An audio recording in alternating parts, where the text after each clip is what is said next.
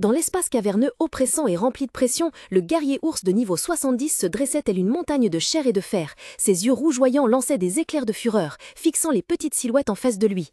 Irkan et son armée de squelettes se tenaient là, engloutis dans l'ombre colossale de la bête. Malgré la différence de taille, Irkan restait étrangement calme. Il murmura, comme pour se rassurer, « J'y vais tout de suite ». Cela dit, il pressa rapidement un bouton bleu lumineux sur son bracelet. Un léger clic retentit. Immédiatement, le système répondit « Slot on ». Comme provoqué par cette action, le guerrier ours jeta la tête en arrière et rugit à fendre la terre, faisant trembler toute la caverne. Mais au lieu de la peur, un flux d'énergie bleue éclatant jaillit du corps de Irkan, tourbillonnant comme un cyclone. Le masque AOE familier apparut et sa tenue se transforma en une armure sombre et hérissée de pointes.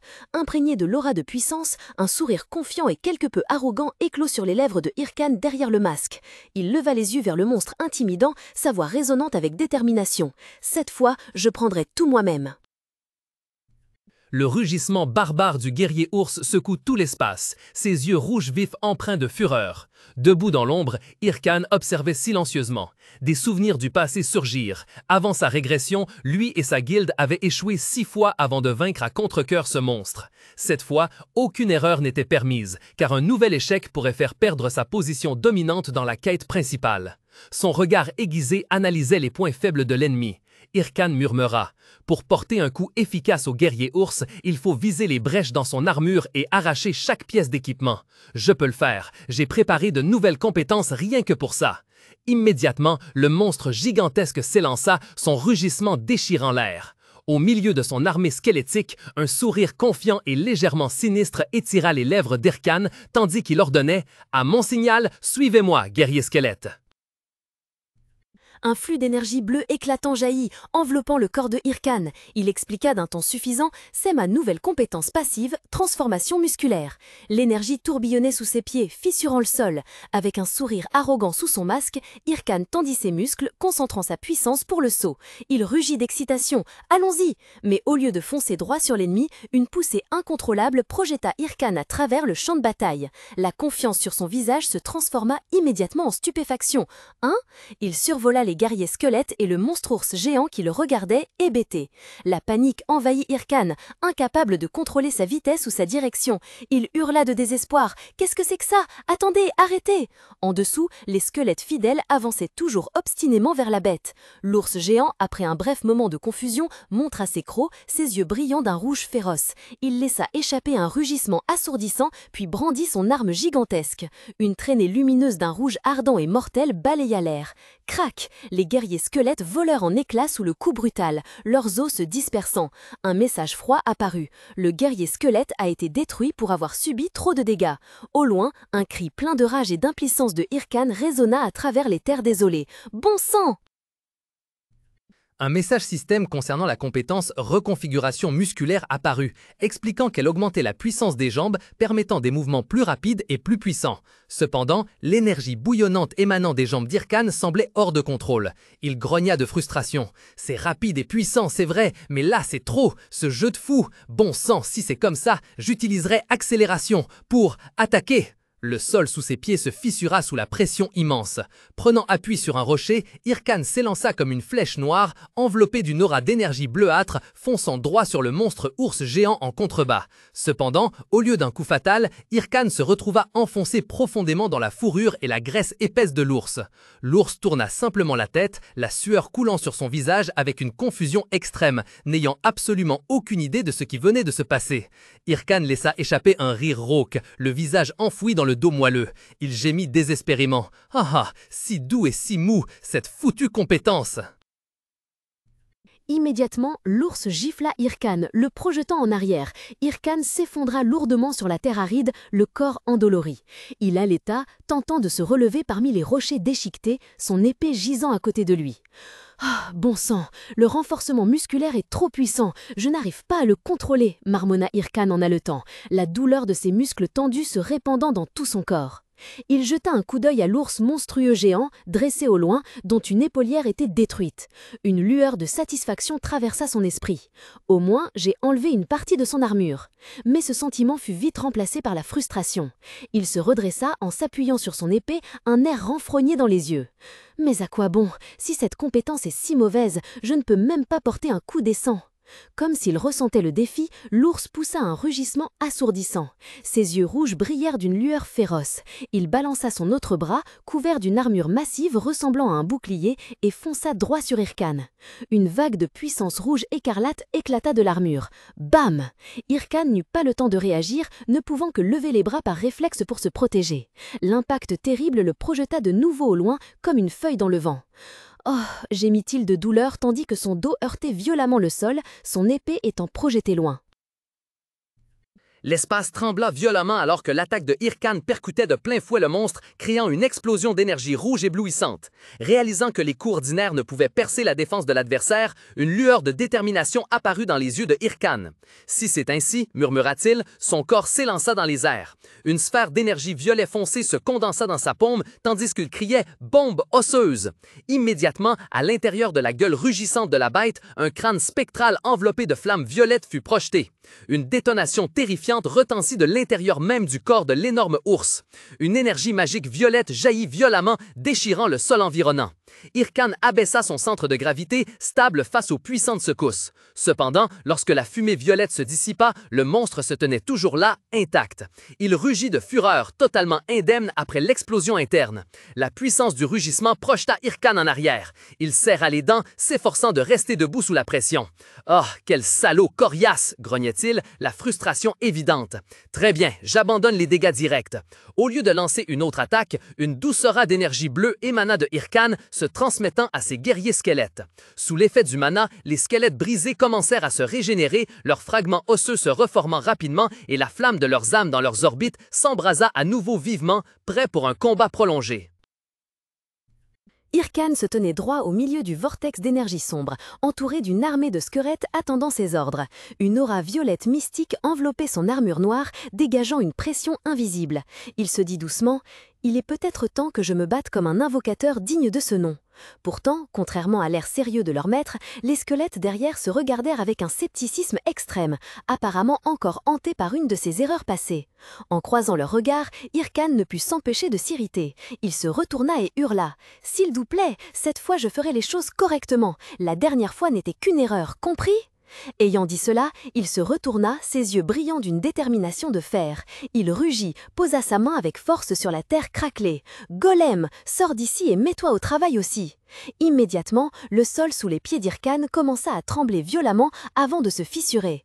Du sein de la terre, un golem géant de pierre s'éleva lentement, la poussière volant partout. Il assena un coup de poing retentissant au monstre ours. Le monstre à forme d'ours rugit d'un son assourdissant, brandissant une grande épée rougeoyante qui l'abattit avec une force cataclysmique. Cependant, juste avant que la lame ne touche le sol, une paire de mains de pierre gigantesques surgit soudainement, la saisissant fermement. Le golem, une créature invoquée colossale, avait bloqué l'attaque dans un choc assourdissant.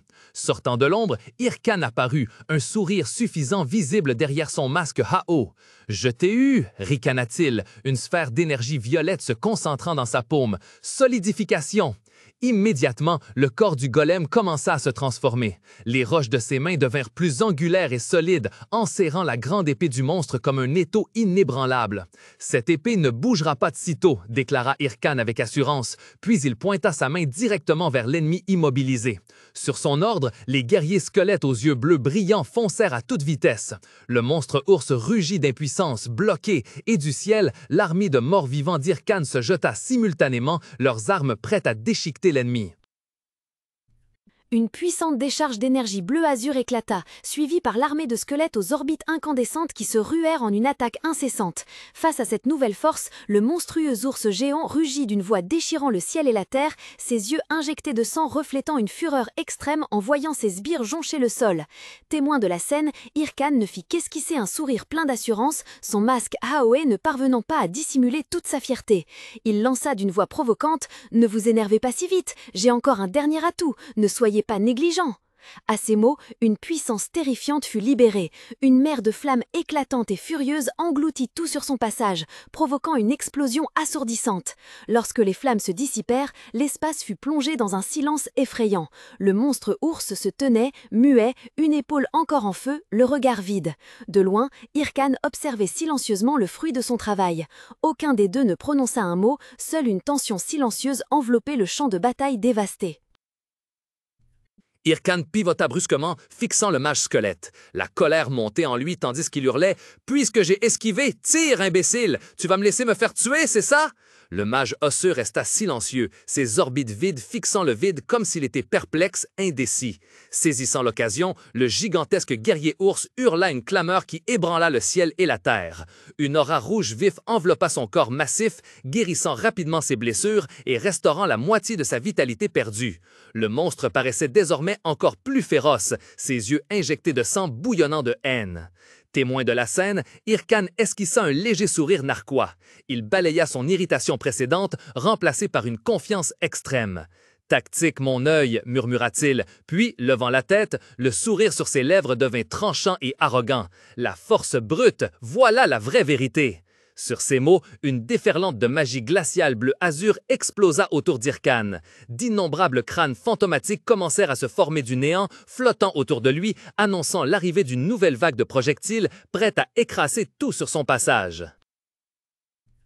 L'énergie magique violette déferlait, s'accumulant et enveloppant le crâne gigantesque du golem. Avec un rugissement assourdissant, il ouvrit ses énormes mâchoires osseuses, mordant directement sa cible dans une explosion dévastatrice. De loin, les squelettes et les mages squelettes observaient en silence, subjugués par cette terrifiante puissance destructrice. Au milieu de cette scène chaotique, le rire maniaque de Irkan résonnait. Il jubilait en voyant son golem écraser l'ennemi, créant des explosions magiques successives. Quelques instants plus tard, lorsque la poussière se dissipa, un paysage désolé apparut. Sur le sol fissuré, le guerrier ours gisait inerte, complètement vaincu. Irkan se tenait fièrement sur la poitrine de son ennemi tombé, les mains sur les hanches, son ombre imposante couvrant son trophée.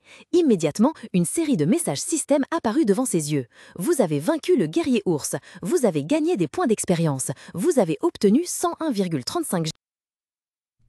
Une fenêtre système bleu apparut devant Irkan affichant le message qu'il attendait. Vous avez accompli la quête, le défi de Mawong. Derrière son masque à eau, un sourire satisfait et froid se dessina sur ses lèvres. Un flot de souvenirs du passé submergea son esprit. Irkan se rappela que c'était précisément ce monstre qui avait mis à mal sa puissante guilde, la faisant peiner et lutter avant qu'il n'ait eu la chance de remonter le temps. Il serra la main gantée, sentant la puissance s'enrouler. Mais cette fois, pensa-t-il, je l'ai vaincu tout seul. Un sentiment de victoire l'envahit avec intensité. Debout sous le soleil éclatant, Irkan leva la tête, sa foi dans le chemin qu'il avait choisi s'affermissant encore. Il ne s'était pas trompé. Sur le champ de bataille dévasté et rocailleux, Irkan se retourna pour faire face à son armée de squelettes. Il les félicita. Excellent travail les squelettes. Maintenant, il ne reste plus qu'à retourner chez Mawong et à commencer la prochaine quête. La quête d'élimination du guerrier ours est terminée. Il mit les mains sur les hanches, fier, se tenant entre deux grands soldats squelettes, savourant l'instant de gloire. Cependant, l'atmosphère solennelle fut rapidement brisée par des chuchotements dans son dos. Ces soldats squelettes murmuraient entre eux. « N'est-ce pas un peu lâche? Il n'a même pas combattu correctement ?» Ces murmures parvinrent à ses oreilles, faisant rougir le visage de Irkan de colère, les veines se gonflant sur son front. Il se retourna brusquement et cria aux soldats ignorants. « Taisez-vous, bande de gamins! Si vous aviez combattu sérieusement, vous seriez déjà mort 6 fois !» À la taverne de la base ouest de Bulkas, l'ambiance était bruyante et animée par les rires et les conversations des aventuriers. Pourtant, dans un coin discret, Hatch était assis seul, complètement perdu au milieu de cette gaieté. Il soupira lourdement, la fatigue et l'inquiétude clairement visibles sur son visage. Une soudaine panique le saisit, Hatch se froissa les cheveux, les yeux grands ouverts et remplis de terreur. Il gémit intérieurement de désespoir. « Je suis foutu, je ne trouve pas le masque à Oé. J'ai fouillé toutes les montagnes ces derniers jours, mais il n'y a aucune trace de lui. Pire encore, cette vidéo du masque KO est devenu viral, donc Bulkas est maintenant bondé de monde, ce qui rend sa recherche encore plus difficile. La pensée des conséquences le fit s'effondrer sur la table avec découragement. Si je reviens les mains vides, Shirou me tuera. Après un moment de silence, il marmonna doucement avec insatisfaction. Mais sérieusement, est-ce que ce n'est pas absurde d'envoyer quelqu'un chercher seul sur toute une montagne ? Hatch affaissa son visage sur la table en bois brut, épuisé physiquement et mentalement. Il marmonna, fatigué, « Maudite société d'exploitation, Thunder Hunters !» Au même instant, la montre à son poignet se mit soudainement à vibrer et à s'illuminer. Un écran tridimensionnel apparut, affichant un appel entrant de Shirou. Hatch sursauta, si effrayé qu'il fit tomber le verre sur la table d'un mouvement de la main. Il accepta précipitamment l'appel, bredouillant avec une expression confuse « Bonjour Shirou, ce n'est pas ce que vous croyez, je vous jure !» Mais de l'autre bout du fil, la voix de Shirou était d'un calme olympien. « Très bien. Hatch se figea, les yeux écarquillés de surprise. L'image de Shirou apparut à l'écran, elle dit pensivement « À y repenser, j'ai peut-être confié une tâche trop lourde. Chercher une montagne entière seule, c'est trop, même pour toi. Tu as dû énormément peiner. » Ces mots chaleureux furent comme un flot d'eau fraîche, lavant toute la fatigue et le ressentiment du cœur de Hatch. Il resta silencieux, les yeux embués de larmes, une main tremblante portée à sa bouche pour étouffer ses sanglots. Dans son esprit, un seul nom résonnait à ce moment. « Shirou !»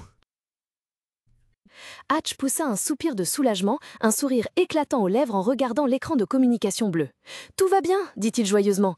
Alors, je peux rentrer maintenant ?» Depuis l'écran, la voix de Shirou résonna distinctement. « Je vais envoyer Ahaï t'aider. »« Hein ?» Hatch était sidéré, n'ayant pas eu le temps de comprendre ce qui se passait. Boum! Une explosion terrifiante retentit, déchirant le mur juste derrière lui. Des briques et des pierres volèrent en éclats, une poussière dense envahit la pièce et les gens alentour cherchèrent paniqués un abri. Au milieu de la fumée et de la poussière, la voix froide de Shirou continua de résonner depuis l'écran de communication. « Vous deux, coopérez et trouvez-le sérieusement. » Les mots de Shirou furent comme un coup de tonnerre pour Hatch, qui se retourna brusquement, l'air horrifié au moment où une silhouette familière émergeait lentement du trou dans le mur. Une aura meurtrière envahit l'espace. Les yeux de Ahaï brillaient d'un rouge furieux et elle rugit « Espèce d'idiot, Hatch, c'est à cause de toi que je me retrouve traîné jusqu'ici. » Une lumière magique écarlate émanait de l'arme gigantesque dans sa main, annonçant une rage imminente. Le visage de Hatch ruisselait de sueur, un sourire forcé et étrange se dessinait sur ses lèvres. Lui, l'homme au sinistre surnom de chien fou, et la seule chose que l'on savait de lui avec certitude était sa haine viscérale envers Hatch. Face à cette situation ironique, Hatch laissait échapper un rire rauque, balbutiant des mots inaudibles avant que son cri désespéré ne résonne, déchirant le silence. « Ah ah, ce monde de merde !» Son cri fut comme une onde de choc, déformant et contractant tout l'espace environnant. Le paysage paisible de la ville, avec ses majestueuses montagnes au loin, se déforma soudainement, tout convergeant vers le point central de la souffrance et de l'indignation qu'il endurait.